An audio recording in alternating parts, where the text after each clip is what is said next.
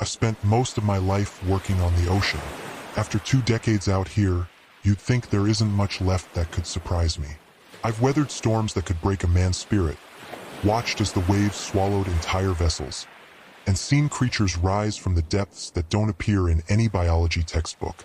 The ocean has a way of humbling you, reminding you that no matter how experienced you are, you're always at its mercy. But after all these years, I thought I'd seen everything. I was wrong. We were hundreds of miles from any coastline, drifting in the middle of nowhere, part of a crew conducting deep-sea research. It was the kind of assignment that sounded exciting to outsiders, cutting-edge technology, pushing the limits of human knowledge, but in reality it was mostly tedious, just staring at screens, waiting for something interesting to appear on the sonar. Days blurred together, the vast emptiness of the ocean stretching in every direction. The horizon nothing but an endless expanse of blue. Everything seemed routine, almost dull. The crew had settled into a rhythm, check the equipment, run the scans, log the data. Repeat. That's how it goes out here. You get used to the quiet, the stillness, the isolation. But there's always this underlying tension, a sort of primal awareness that at any moment, things can change. And they did. It started with the equipment. Little glitches here and there, things that could be chalked up to normal wear and tear, or maybe the saltwater playing tricks on the sensors. But then the malfunctions became more frequent. Cameras would go static for no reason, the engines would sputter despite regular maintenance, and our communication systems started cutting out intermittently. That was unsettling enough, but the real terror began when we heard the sounds. At first, it was just faint, strange noises coming through the sonar, almost like whispers. The kind of thing you could dismiss as interference or maybe some deep-sea creature we weren't familiar with. But then it grew louder, more distinct, low, resonant hums that seemed to vibrate through the entire ship. Felt wrong, like the ocean was speaking to us, trying to tell us something. I wish I'd listened. It was late when we first picked it up. The ship was quiet, most of the crew either asleep or mindlessly scrolling through screens, monitoring data that never seemed to change. I was on my usual night shift, sipping coffee that tasted like diesel when the sonar tech, Davis, went pale. At first, I thought it was just another glitch. We'd been dealing with so many malfunctions lately that nothing seemed reliable anymore. But Davis wasn't the type to spook easily. His voice, usually steady and calm, trembled as he called me over. "Captain, you might want to see this." I leaned over his shoulder and stared at the screen. There, in the depths far below us, was something massive. It wasn't a shipwreck or a natural formation. This thing was moving, slowly but with purpose, crawling across the ocean floor like some ancient leviathan. I felt a chill crawl down my spine. It was unlike anything I'd ever seen. The size alone was staggering, stretching out beyond the range of our sonar's detection, like a shadow too vast to comprehend. Whatever it was, it didn't match any marine life we knew of. It wasn't a whale, wasn't a squid, hell, it wasn't anything alive by the looks of it. But it was moving, and that was enough to send a jolt of unease through me. For a few moments, no one said a word. We all just stared at the screen, trying to make sense of the anomaly. The ship creaked beneath us, as if it could sense our fear, the slow hum of the engines the only sound breaking the silence. I could feel the tension thickening in the air, like we were on the edge of something terrible, something we weren't meant to see. "We need to investigate," someone muttered. I wasn't sure who said it, but the words hit like a punch to the gut. My instinct was to turn the ship around, leave this thing in the depths where it belonged. But curiosity is dangerous out here. It gets into your head, makes you ignore the screaming warnings from your gut. The crew was divided. Some wanted to lower the camera to get a closer look at whatever this was. Others, like me, weren't so sure. We'd already been plagued by enough strange occurrences on this trip, and this felt like tempting fate. But in the end, the lure of the unknown was too strong. Against my better judgment, I gave the order. We lowered the camera into the abyss, the lights from the ship illuminating the water as it descended deeper and deeper. The tension on deck was palpable, the soft whir of the winch the only sound as we all waited for the feed to come through. My heart pounded in my chest, a sinking feeling gnawing at the back of my mind.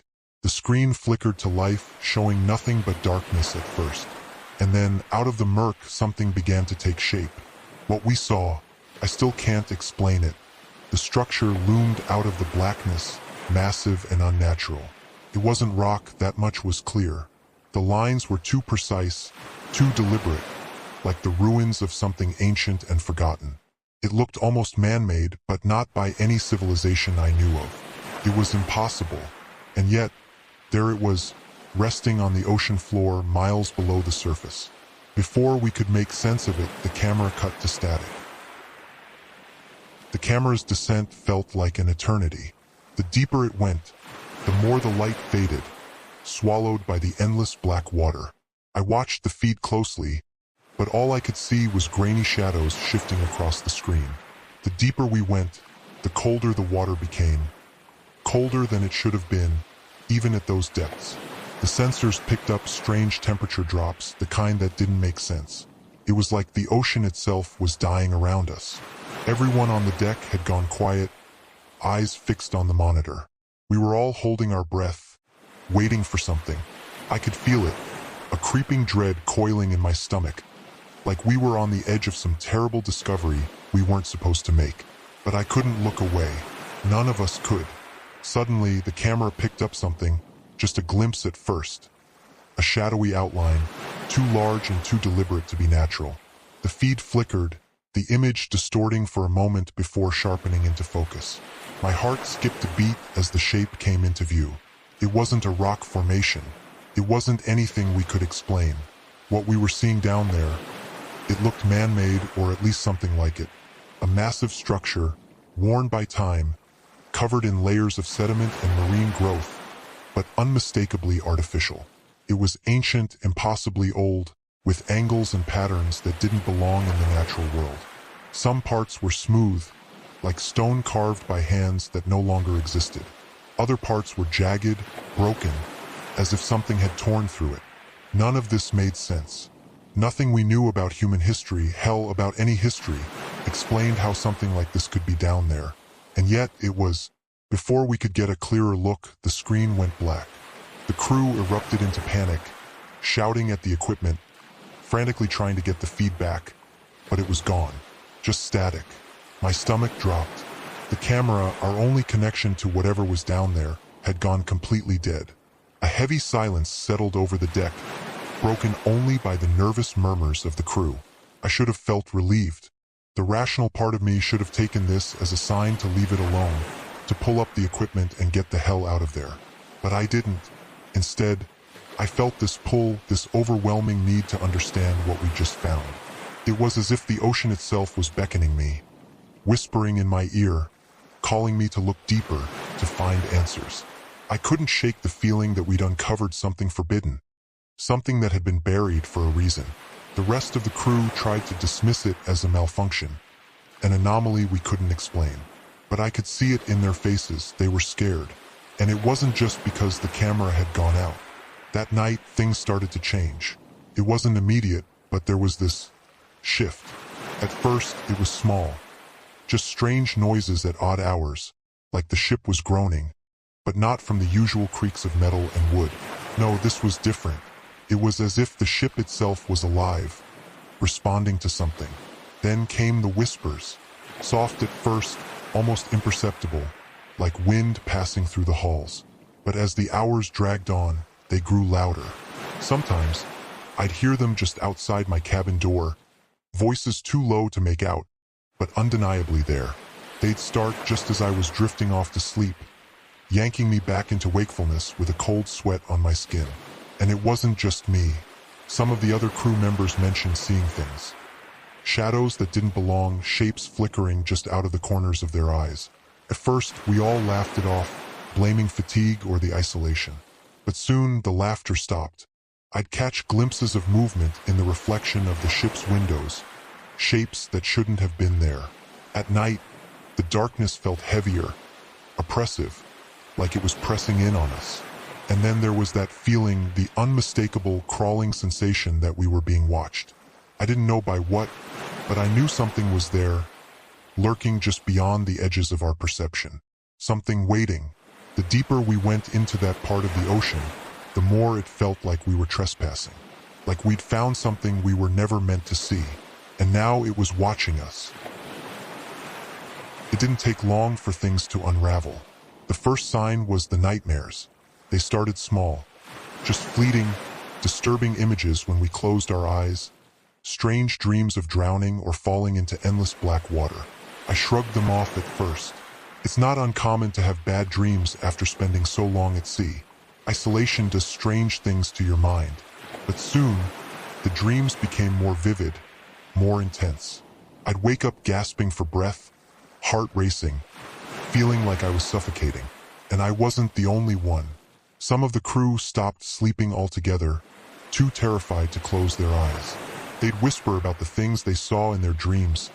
Dark, monstrous figures rising from the depths, their eyes glowing in the black water, their hands reaching out to pull them under.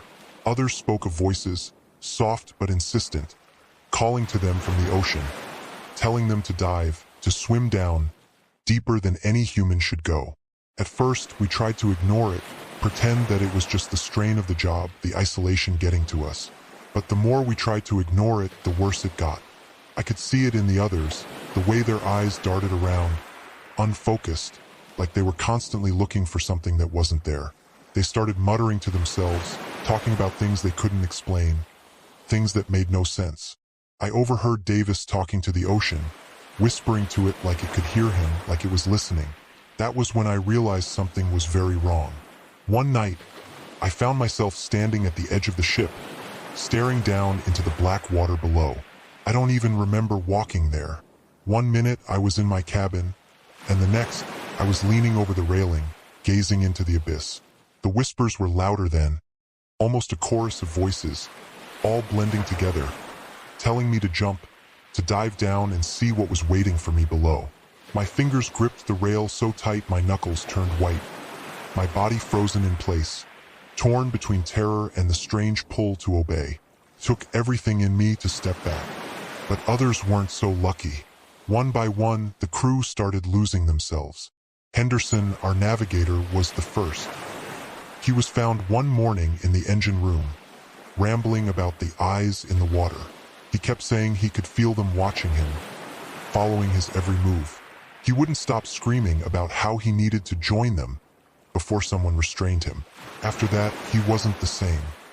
His eyes were hollow, distant, as if a part of him had already gone. The others weren't far behind. They'd gather at the windows, staring out at the water, muttering under their breath. No one talked about what we'd found at the bottom of the ocean anymore, but I could see it eating away at them, gnawing at their sanity. It was around this time that I stumbled upon something I wish I hadn't. Late one night, I found an old logbook tucked away in the ship's archives, buried beneath layers of dust and neglect. I wasn't looking for it. It almost felt like it had been placed there for me to find. The pages were brittle, yellowed with age, but the words inside were clear, written by some forgotten crew long before ours. They had been in the same area conducting research just like us, and like us, they had found something. The entries grew more frantic as the days went on. The captain wrote about strange sightings, massive shapes moving beneath the waves, too large to be whales, too fast to be any known creature. They spoke of voices, calling from the deep, just like my crew had heard. And then there were the accounts of something darker, something lurking beneath the ocean floor, ancient and malevolent, a force that defied reason. The last few entries were illegible, scrawled in a frenzy, like whoever had written them had gone mad before they could finish. I slammed the log shut, my hands trembling. Whoever had been here before us had vanished without a trace. There was no record of them returning, no explanations for what had happened to them. And now we were following in their footsteps. The realization hit me like a wave of cold water. Whatever was out there, lurking beneath the waves, it wasn't done with us. It had been waiting for years, maybe centuries, and we had disturbed it. As the days passed, the madness spread like a disease. I could see it in the eyes of the crew, the way they twitched and whispered, their minds unraveling thread by thread. Some of them started talking about jumping overboard, about answering the call of the voices. Others barricaded themselves in their cabins, refusing to come out, terrified of the shadows that seemed to move on their own. And me? I fought to keep my sanity, to hold on to whatever shred of reason I had left. But I could feel it too, that pull, that need to understand, to dive deeper into the ocean's secrets. But I knew deep down that if I did, I'd never come back. It came down to a choice, one that felt both inevitable and impossible. By then, most of the crew was gone, lost either to madness or to the ocean's dark call. Those that hadn't already thrown themselves into the depths were little more than hollow shells, muttering to invisible forces, their eyes empty, their minds shattered. And there I was, caught between the pull of something ancient and malevolent and the desperate, instinctual need to survive. The whispers were constant now, no longer soft suggestions but forceful commands. They clawed at my mind, tugging at the corners of my sanity, urging me to dive into the black waters, to join whatever was waiting down there. The ocean wasn't just calling me, it was demanding me. I could feel it in my bones, like the very pressure of the deep was crushing me, even here on the surface. But part of me still wanted to fight, to break free from the grip of whatever horror we'd uncovered. I thought about the crew, or what was left of them. I thought about the logs I'd found, the other expeditions that had disappeared without a trace. If I left now, if I escaped, would I ever really be free? Or would the ocean follow me, haunt me for the rest of my days? The ship groaned beneath me as if it, too, was being pulled under. The lights flickered, casting long, wavering shadows across the deck. The ocean's surface, once a calm and endless expanse, now felt like it was alive, writhing and shifting beneath us. I could see things moving out there, just beneath the waterline. Dark shapes that circled the ship, waiting for something, waiting for me. I had two choices: flee, make a run for the lifeboat, and pray I could outpace whatever had taken hold of the crew, or dive deeper into the ocean's mystery, into the very thing that had consumed everyone else. I don't know what possessed me to turn away from the lifeboat, to stand at the edge of the ship, staring down into the black water below. Maybe it was curiosity, maybe it was the madness finally taking hold. But I knew, deep down, that if I didn't confront whatever was down there, it would never let me go. So I climbed over the railing, my body trembling with fear and something else. Anticipation, perhaps. The water was impossibly dark, as if no light could ever reach the depths I was about to descend into. My breath caught in my throat as I hesitated. One last moment of clarity before everything I knew would change. And then I let go. The cold hit me like a shock, but it wasn't the freezing bite of ocean water. No, this was different. The water felt thick, almost viscous, like it was pulling me down with an unnatural force. I kicked and swam, trying to see through the blackness, but there was nothing. No sound, no light, just the pressure, growing heavier with each second, crushing me from every angle. And then, in the distance, I saw it. The structure. It loomed out of the darkness, impossibly large, ancient and alive with a malevolent energy.